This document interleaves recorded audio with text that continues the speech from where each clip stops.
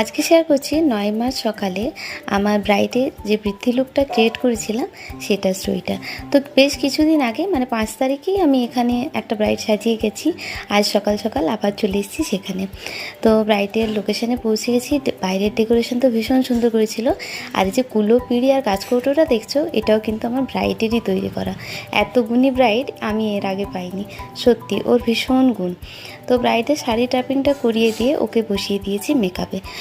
দেখে বুঝতেই পারছো ব্রাইডের স্কিনটা কিন্তু আজকে ইভেন স্কিন বা স্মুথ স্কিন নয়, একটু প্রবলেমেটিক স্কিন। তো তার উপরে কাজ করাটা একটু আমার জন্য চ্যালেঞ্জিং, কারণ আমি এর আগে এইরকম স্কিনে কাজ করিনি। তো ব্রাইডের আজকে রিকোয়ারমেন্ট ছিল একটা সফট সোবার লুক দেওয়ার জন্য। আর সত্যি কথা বলতে কি, ব্রাইডের সেরকম খুব বেশি ডিমান্ডও ছিল না। আমি যেরকম বলেছি, সাজেস্ট করেছি, ও সেরকমই সেরেছে।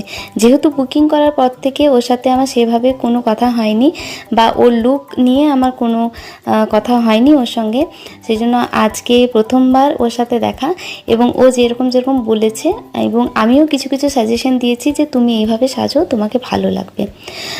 তো ফাইনাল লুকটা ক্রিয়েট করার পর আমার ব্রাইডকে কিছুটা এরকম দেখতে লাগছিল, ভীষণই স্নিগ্ধ, সফট এবং একেবারে লক্ষ্মী প্রতিমার মতো। আর এখানেও হাসছিল, কারণ ওর সামনে দাঁড়িয়ে থাকা মানুষগুলো ওকে অনেক কমপ্লিমেন্ট দিচ্ছিল।